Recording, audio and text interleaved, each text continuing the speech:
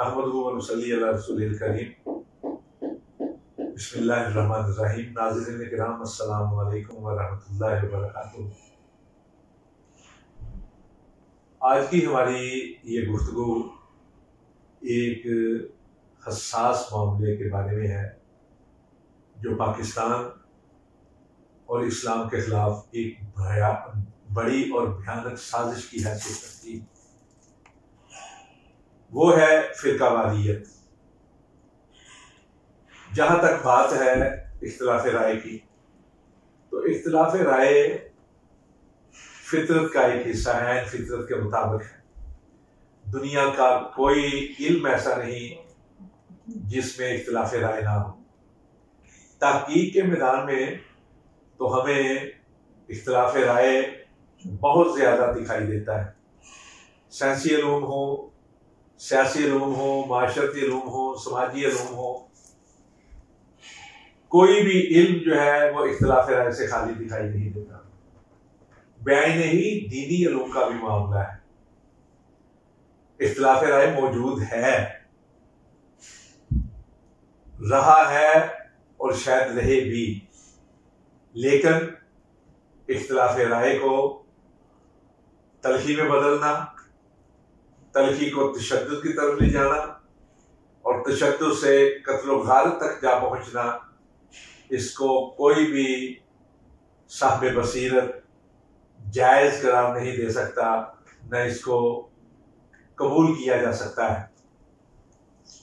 بدقسمتی سے پاکستان کے پچھلے عشروں میں فرقہ واریت کے نام پر تشدد آمیز واقعات بھی ہمیں دکھائی دیتے ہیں، قتل و غارت بھی دکھائی دیتی ہے۔ شہروں اور قصبات کے اندر، دیہات کے اندر گرتے ہوئے لاشیں بھی دکھائی دی ہیں۔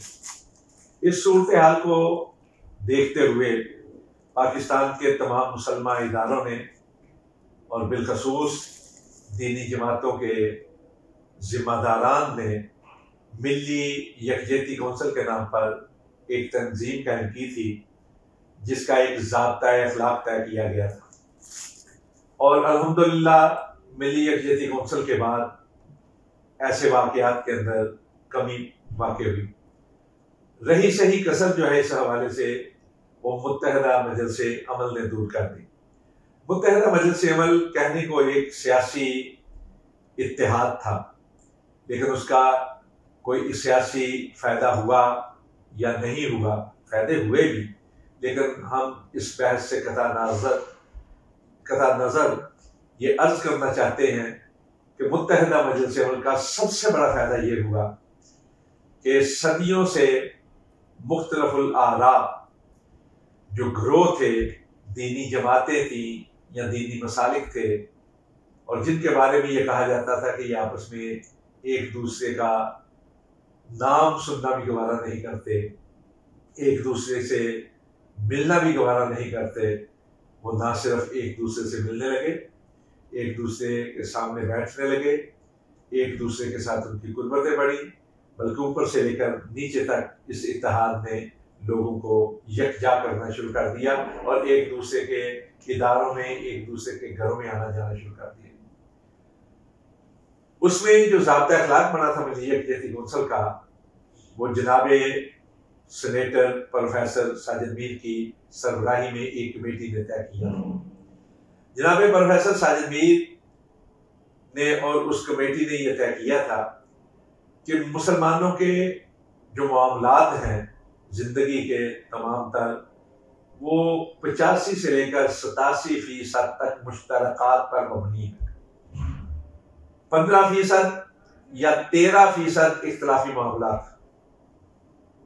کیوں نہ ایسا کیا جائے، جو اختلافی معاملات ہیں ان کو اپنی جگہ پر رکھا جائے، ان کو دوسری ثانی حیثیت دی جائے، ان کو دبایا جائے، اور جو اتنی بڑی تعداد میں مشترکات ہیں ان پر گفتگو کی جائے۔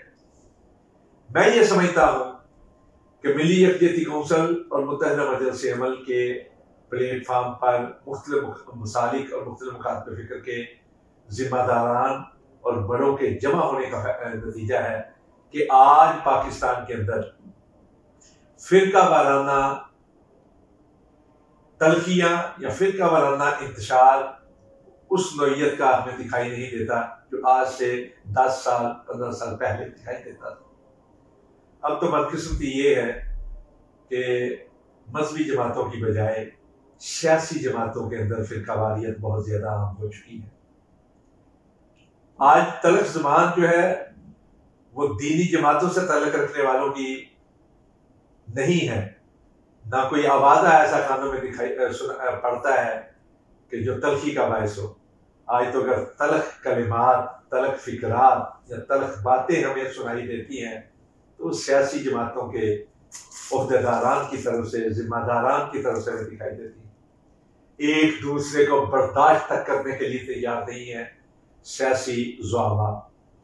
وہ فرقہ واریت کہ جس کی طرف انگلیاں اٹھائی جاتی تھی کسی دور میں مذہبی حوالوں سے یا مذہبی جماعتوں کے حوالے سے، اب وہ ساری کی ساری فرقہ واریت تلخیوں سمیت اگر دکھائی دیتی ہے تو سیاسی پارٹیوں کے اندر دکھائی دیتی ہے۔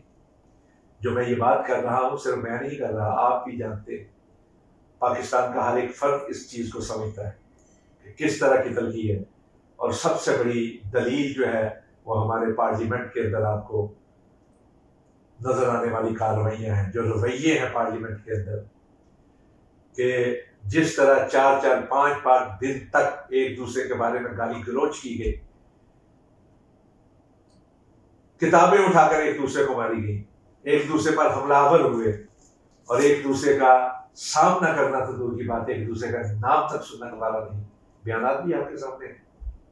بہرحال میں عرض کر رہا تھا کہ اختلاف رائے موجود ہے، اختلاف رائے ہی کی وجہ سے تو مختلف مکاتب فکر ہیں جو نہیں ہونے چاہیے تھے، لیکن ہیں، اس میں کوئی شک نہیں، یہ ہیں۔ ان کے اندر بنیادی چیزیں کیا ہیں؟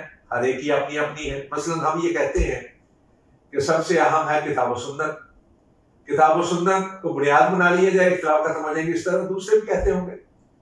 لیکن معاملہ یہ ہے کہ اس اختلاف رائے کو تلخی کی طرف لے جانا، تشدد کی طرف لے جانا، یہ ایک سازش ہے۔ جتنا کوئی صاحب علم ہوتا جاتا ہے، اس کے علم کے اندر بڑھاوا ہوتا جاتا ہے، صاحب مطالعہ ہوتا ہے، صاحب تحقیق ہوتا ہے، اتنا ہی اس کے اندر توسع پیدا ہوتا ہے، وسعت آ جاتی ہے۔ آپ دیکھ لیجئے جو لوگ تلخ زبان استعمال کرتے ہیں، گویا ان کے پاس علمی باتیں کہنے کی نہیں ہوتی، وہ گالی گلوچ پر آ جاتے ہیں، تان تشنیع پر آ جاتے ہیں، وہ گندی باتوں کی طرف آ جاتے ہیں۔ ان کے پاس علم نہیں ہوتا، علمی طور پر وہ لوگ بے بذات ہوتے ہیں۔ جس کے پاس علم ہوتا ہے وہ علمی گفتگو کرے گا، وہ دلائل کے ساتھ بات کرے گا، وہ اختلاف بھی کرے گا تو تحقیق کی روشنی میں توسع کے ساتھ، وسعت کے ساتھ کرے گا۔ یہاں جو سازش میں بیان کرنا چاہتا ہوں یہ کہ انڈیا جو ہے اس کی طرف سے کئی بار یہ چیزیں ہمارے سامنے آ چکی ہیں، اب تو عام ہو چکی ہیں سوشل میڈیا کے ذریعے سے، وہاں کے ایسے کلپ۔ اب دیکھیے ایک دور میں بال ٹھاکرے کی طرف سے یہ بات آئی تھی کہ پاکستان کے اندر مذہبی فرقہ واریت کو ہوا دی جائے، پھر اس کے بعد بی جے پی کے کئی رہنماؤں کی طرف سے یہ بات آئی۔ آج کل جو امیت شاہ ہے وزیر داخلہ انڈیا کا، اس نے یہ بات آن ریکارڈ کہی، اور اسی طرح ایک ان کی ایجنسی کا بہت بڑا عہدیدار ہے اجیت اگروال، جو پاکستان کے اندر باقاعدہ ملنگ بن کر کئی سال تک یہاں رہا ہے۔ یعنی ہم یہ کہہ سکتے ہیں کہ اس نے ایک روحانی بحروب بھرا ہوا تھا۔ وہ اس کے ذریعے سے کہتا ہے کہ میں نے کس طرح لوگوں کو یرغمال کیا۔ اس نے بھی یہ باتیں کی ہیں، باقاعدہ ایک میٹنگ کے اندر کی، وہ اس کا کلپ جو ہے عام ہو گیا۔ اس نے کہا کہ پاکستان کے ساتھ جنگ لڑنے کی ضرورت نہیں، پاکستان کے مولویوں کو آپ استعمال کر سکتے ہیں ایک دوسرے کے خلاف۔ تو ایسی فرقہ وارانہ باتیں کرنے والے، ان پر کڑی نظر رکھنی پڑے گی۔ جہاں تک بات ہے مذہبی جماعتوں کی، جو ذمہ دار مذہبی جماعتیں ہیں وہ خود احتسابی کا ایک باقاعدہ بہت وسیع نیٹ ورک رکھتے ہیں۔ ان کو اگر پتہ چل جائے کہ فلاں شخص، باقاعدہ طے کرتے ہیں کہ فلاں آدمی کو بلایا جائے، فلاں کو نہ بلایا جائے۔ لیکن کئی ایسے لوگ ہیں جو کسی مسلمہ تنظیم کے ساتھ منسلک نہیں ہوتے، جو محض پیسے کے نام پر کبھی کسی جلسے میں جاتے ہیں اور ان کا صرف کام ہی یہ ہوتا ہے کہ انہوں نے فرقہ وارانہ گفتگو کرنی ہوتی ہے، لوگوں کو اشتعال میں لانا ہوتا ہے، لوگوں کے جذبات سے کھیلنا ہوتا ہے۔ ایسی گفتگو کریں گے کہ لوگ برگیفتہ ہو جائیں، لوگ مشتعل ہو جائیں، اس کی وجہ سے ان کی دکانداری بھی چلتی ہے، اور جو اصل ہدف ہوتا ہے پیچھے سے ملا ہوا وہ بھی آپ کے سامنے۔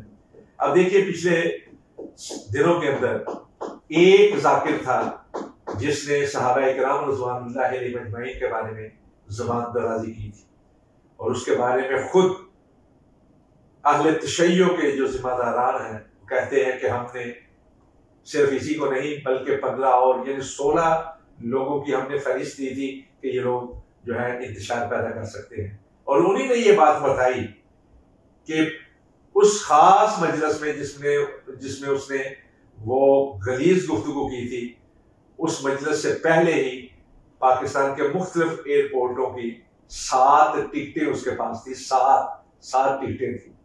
چنانچہ جیسے ہی اس نے گفتگو کی آگ لگا کر خود بیرون ملک فرار ہو گئے، اور اس میں بعض ایسے لوگوں کا نام بھی آیا جو مقتدر ایوانوں کے اندر آتے جاتے ہیں اور وہاں دخول رکھتے ہیں۔ تو میں یہ عرض کرنا چاہتا ہوں کہ ہوشیار رہیں، باخبر رہیں، خبردار رہیں۔ جو شخص بھی تلخ زبان استعمال کرے، گندی زبان استعمال کرے، اشتعال انگیز زبان استعمال کرے، آپ خود اس کی گرفت کریں، اور جان لیجئے یہ ایک بہت بڑی سازش ہے، اسلام کے خلاف بھی، پاکستان کے خلاف۔ میں نے جس طرح پہلے عرض کیا، میں نے 2003 میں باقاعدہ ایک سلسلہ شروع کیا تھا مضامین کا روزنامہ پاکستان کے اندر۔ اس وقت حالات بنے تھے ایسے کہ بارڈر پر فوجیں تھیں، انڈیا نے فوجیں جمع کر دی تھی، تو مجھے باقاعدہ ڈیوٹی سونپی گئی کہ اس حوالے سے میں باقاعدہ ایڈیشن دیتا رہا۔ ہفتہ روزہ ایڈیشن تھا، لیکن بعض اوقات ایک ہفتے میں 3 ایڈیشن بھی دینے پڑتے تھے۔ اس وقت میں نے باقاعدہ جو مضامین، تحقیقی مضامین لکھے تھے، ان کے 2 مجموعے تھے، ان میں سے ایک مجموعہ یہ ہے جس کا نام ہے بھارت اور جنونی۔ اس میں باقاعدہ ایک باب ہے کہ پاکستان کے خلاف کتنی ایجنسیاں جو ہے وہ کام کر رہی ہیں۔ تقریباً 3 درجن کے قریب ایجنسیاں ہیں جو پاکستان کے خلاف مصروف عمل ہیں۔ ان کا سب سے بڑا ہدف جو ہے یہی ہے کہ پاکستان کے اندر انتشار پیدا کیا جائے، خلفشار پیدا کیا جائے، افتراق پیدا کیا جائے، فرقہ واریت کو فروغ دیا جائے۔ اس سلسلے میں انہوں نے اپنے لوگوں کو بھی مختلف بحروپوں کے ذریعے سے یہاں شامل کیا ہوا ہے، داخل کیا ہوا ہے، اور اسی طرح وہ یہاں سے بھی کئی لوگوں کو اپنا ایجنٹ بنا کر کام کرتے ہیں۔ وہ لوگ مختلف طریقوں سے یہاں انتشار پیدا کرتے ہیں، تخریبی کارروائیاں کرتے ہیں۔ اپنے ارد گرد نظر رکھیں۔ اللہ پاکستان کی حفاظت فرمائے، پاکستان کی حفاظت کرنے والے اداروں کی حفاظت فرمائے، جو لوگ اس میں مصروف کار ہیں، اللہ تعالیٰ ان کی حفاظت فرمائے، اور اللہ تعالیٰ پاکستان کے خلاف تمام سازشوں کو ناکام و نامراد کرے۔ آمین ثم آمین۔